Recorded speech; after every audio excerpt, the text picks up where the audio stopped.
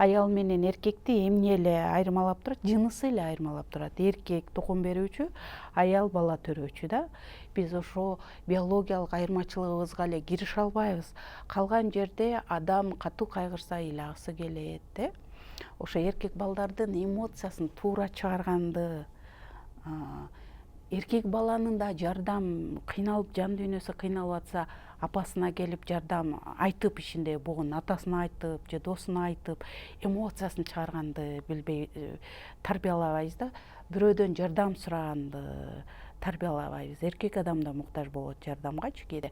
Ошол эле кыз баланын аябай лидерлик сапаттары көп болсо деген, тиги сен далдаңдап, сен эркектей, сен кыздай болбойсуңбу, сен менин бир классташ кызым күлүп калат азыр делечи, мени атам уруша берчү, өзү аябай активистка кыз да, аябай мындай бышык кенедейин эле кыз, азыр Италияда иштеп жүрөт, аябай өз алдынча болуп, анан мени атам дайыма уруша берчү дейт да, сен деген монтип эмнеге чоюлуп баспайсың деп эле. Чоюлган кыздарды айтып алып эле уруша берчү үйдөн депчи. Ошондой болуп атпайбы?